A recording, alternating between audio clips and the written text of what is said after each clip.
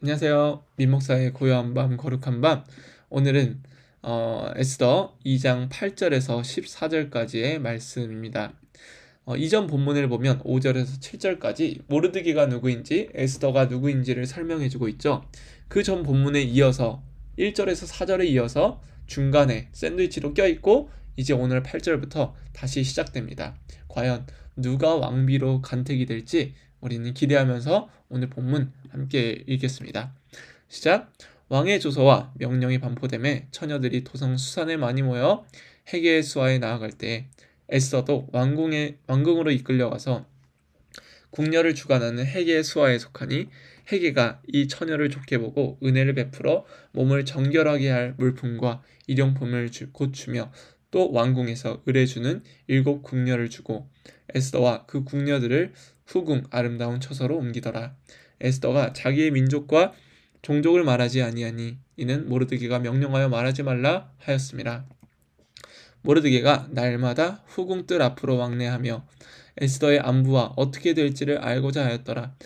처녀마다 차례대로 아하수에로 왕에게 나아가기 전에 여자에 대하여 정한 규례대로 12달 동안을 행하되 6달은 몰약 기름을 쓰고 6달은 향품과 여자에게 쓰는 다른 물품을 써서 몸을 정결하게 하는 기한을 마치며 처녀가 왕에게 나아갈 때에는 그가 구하는 것을 다 주어 후궁에서 왕궁으로 가지고 가게 하고 저녁이면 갔다가 아침에는 둘째 후궁으로 돌아와서 비빈을 주관하는 내시 사하스가스의 수하에 속하고 왕이 그를 기뻐하여 그의 이름을 부르지 아니하면 다시 왕에게 나가지 못하더라. 아멘.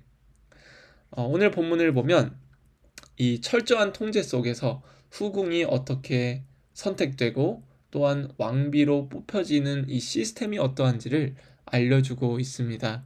그런데 아직 왕비가 뽑히진 않았죠. 8절을 보니까 그 모아진 1460명 정도가 모아졌다고 역사적 자료로 남아있는데 이 모든 후궁으로 간택된 사람들이 자발적으로 온 것이 아니라 이끌려갔다라고 말하고 있습니다. 강제로 어쩔 수 없이 끌려갔던 것이죠. 개인의 의사가 결코 중요하지 않습니다. 그런데 참 감사한 것은 이것이 바로 하나님이 침묵 속에서 이름이 등장하지 않지만 일하는 것이죠. 헤게가 이 처녀를 좋게 보고 라고 말합니다. 1460명이 있었는데 어떻게 한 사람 에스더를 좋게 보았다는 거예요. 그래서 이 사람에게 집중을 하고 있습니다. 자, 10절을 보니까 에스더가 자기의 민족과 종족을 말하지 아니하였어요. 나는 유대인입니다. 말하지 않았습니다. 이거는 이따가 적용해서 볼게요. 자, 11절을 보니까 얼마나 이 왕과 후궁 사이에 공간이 분리되고 통제되었는지 모르드게가 에스더의 안부를 살피기 위하여 후궁들 앞을 왕래하는 모습을 볼 수가 있습니다. 당시에 이 후궁으로 발탁이 되면은 다른 남자랑 결혼을 못하며 공간도 분리되었다고 해요. 단지 이 중개할 수 있는 사람은 넷이 오늘 본문에 헤게와 같은 사람만이 이 사람들을 만나고 관리할 수 있었다는 거죠. 그리고 당시에는 이 모든 후궁들이 이름으로 불리지 않았다고 해요. 오늘 본문은 이제 에스더라는 이름은 나타나지만 다른 여성들의 이름은 결코 기록되지 않습니다. 당시의 후궁들은 숫자나 직함으로만 기록되었어요. 그러니까 얼마나 통제된 시스템 안에 있는지를 알 수가 있는 것이죠. 12절도 마찬가지입니다. 그래서 1년 동안 6개월은 몰약 기름을 쓰고 6개월은 향품을 써서 왕 앞에 표준화된 몸과 모습을 가꾸기 위하여 준비되는 이 미용의 시간이 필요하다는 거예요. 그리고 14절 보면 저녁에 들어갔다가 아침에 나옵니다. 그러니까 하루도 채 보내지 못하고 이 사람을 왕은 평가하고 있어요. 이를 통해서 우리는 철저히 수단적이고 도구적인 관계임을 알 수 있습니다. 어떤 일상적인 대화조차 하지 않고 단지 저녁에 들어갔다가 아침에 나오는 그런 모습을 우리는 볼 수 있죠. 그리고 그 안에서도 1460명 중에서도 왕이 기억했던 사람만 살아남을 수 있는 경쟁적인 구조도 있었다는 거예요. 이 본문을 통해서 우리 두 가지 한번 적용해 봅시다. 첫 번째는 시스템을 넘어선 진실한 교회를 우리가 추구해야 하며 또한 그런 교회가 되어야 된다라는 거예요. 오늘 본문을 주석하는 많은 학자들이 이 여성을 억압하고 성적으로 도구화하는 문제를 다루기도 합니다. 그리고 사람을 수단화하는 이 제국의 착취적인 모습을 다루기도 해요. 그런데 본문을 이 당시의 본문으로 이해하면은 더 중요한 것은 이 철저한 통제 속에 이 인물 가운데 어떤 누구도 자신의 개인적인 이야기를 하지 않잖아요. 즉 일부러 이 시스템 안에 가둬뒀다라는 것입니다. 에스더조차도 또 많은 1460명의 후궁들조차도 행정적으로 처리가 될 뿐이었어요. 마치 공장에서 수많은 물품들이 또한 많은 음식들이 그저 돌아가는 다양하게 돌아가는 것처럼 일괄적으로 무의미하게 돌아가는 것처럼 그렇게 처리되고 있는 것이죠. 아무 말도 오가지 않고 단지 시스템만 있습니다. 누구도 자신의 이름이 없고 번호표로 달려 있어요. 이것처럼 우리도 교회를 생각해 볼 수 있죠. 우리가 다니는 회사는 시스템으로 딱 돌아가면서 딱 그 안에서만 일을 해도 괜찮을 수 있습니다. 그런데 교회는 그래서는 안 돼요. 정해져 있는 어떤 행사나 일들이 있다 하더라도 작년에 그렇게 했으니까 올해도 그냥 이렇게 하면 되지 라는 마음으로 시작된다면 하나님은 결코 기뻐하지 않으실 겁니다. 왜냐하면 겉면을 보는 분이 아니라 하나님은 늘 중심을 보시는 분이시기 때문이에요. 그래서 제가 목사로서 추구하는 또한 생각하는 교회도 이런 교회입니다.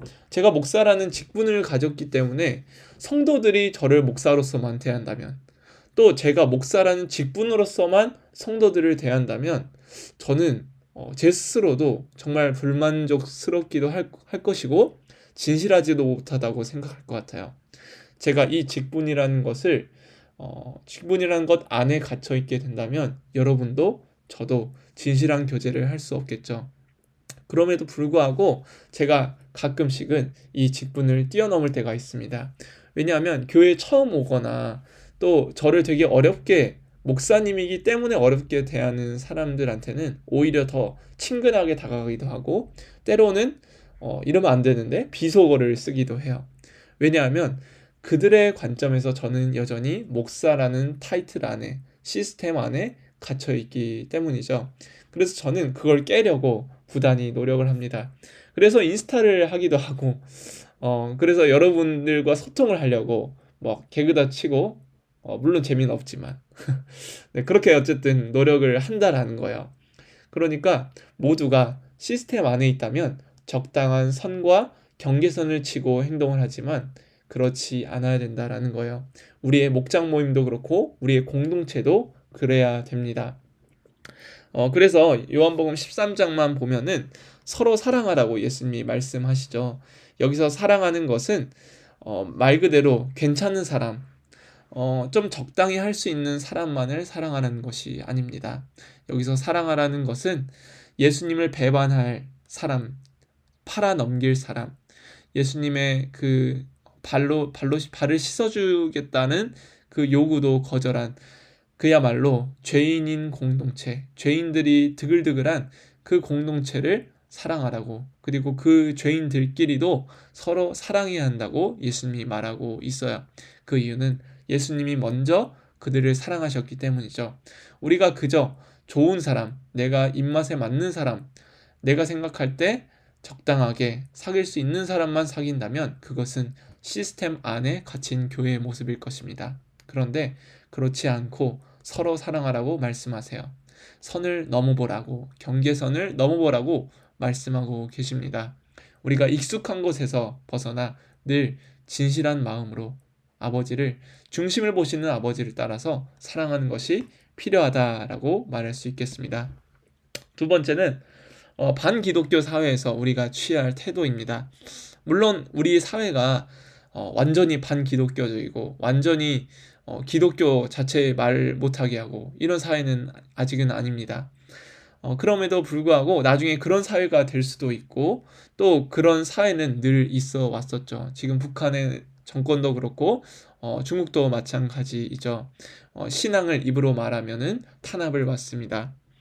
이렇듯 그럼에도 불구하고 우리 사회 속에서도 여전히 기독교 신앙을 가지고 있지만 생존을 위해 침묵해야 할 때가 있습니다. 그런 현실이 있을 수 있고 그런 상황이 존재할 수도 있어요. 그런데 그 상황 앞에서 우리는 두 가지의 태도를 취할 수 있을 것 같은데, 첫 번째는 다니엘이 했던 방식입니다. 물론 다니엘은 이 신앙을 폭력으로 이용하지 않고 기도로 저항했어요. 즉, 세상 가운데에 내가 틀리다고 어, 타협해 줄 필요가 없고, 내가 어느 정도만 하자고 타협해 줄 필요가 없고, 내 중심을 지키기 위하여 계속 의도적으로 저항했던 것이죠. 이 방법이 하나가 있습니다. 그런데 에스더의 방법도 있어요. 오늘 본문을 보면은 민족과 종족을 말하지 아니했죠. 침묵을 지킨 것입니다. 그런데 이 침묵을 지킨 것이 우리는 쉽게 타협으로 이 사람들을 깎아내릴 때가 있는 것 같아요. 침묵 자체를 비난할 때가 있습니다. 그런데 침묵은 이전에도 말했듯이 적극적인 저항이죠. 이분법으로 보면 안 된다라는 것입니다. 왜냐하면 나중에 하나님은 이 침묵을 통해서 에스더를 왕비의 자리에 올리고, 왕비의 자리에 올라간 에스더를 통해서 하나님은 일하시기 때문이에요. 그래서 우리는 2장 21절에 이 모르드게도 이 에스더가 침묵하고 이후에 침묵하시는 하나님, 이 에스더 가운데 하나님의 이름은 보이지 않지만 침묵 속에서 일하시는 하나님을 알 수가 있습니다. 우리 이 두 가지 기도 제목 가지고 이 영화가 있어요. 여러분, 사일런스라고 엔도 쇼사쿠의 침묵이라는 책을 영화로 만든 건데, 오늘 주제와 관련된 이 반기독교 사회에서 내가 어떤 태도를 취해야 하는가, 이거 관련돼서 영화를 추천합니다. 네, 사일런스 보고 싶은 사람 꼭 보세요. 자, 두 가지 기도 제목 같이 나누겠습니다. 첫 번째는 시스템 속에 갇혀 중심을 잃지 않고 진실로 사랑하는 우리 교회, 우리 공동체 되게 해주세요. 그리고 비난받는 시대 속에서, 신앙을 입으로 말할 수 없는 시대 속에서 고민하며 지혜롭게 살아가게 해달라고 우리 함께 기도합시다.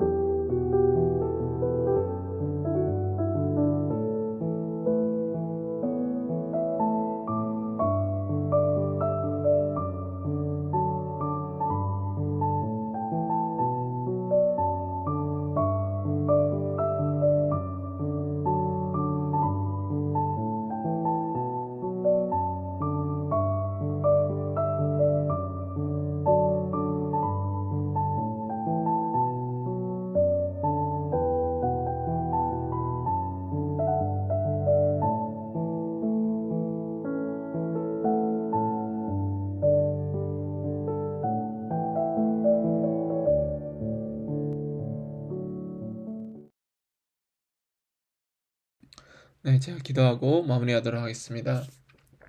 거룩하신 주님, 우리의 세상은 시스템과 통제 속에 한 사람을 가두며 인격적인 교제를 하지 못하도록 적당한 선과 적당한 경계선을 정해두지만, 우리의 교회는 그렇게 되지 않기를 간절히 원합니다.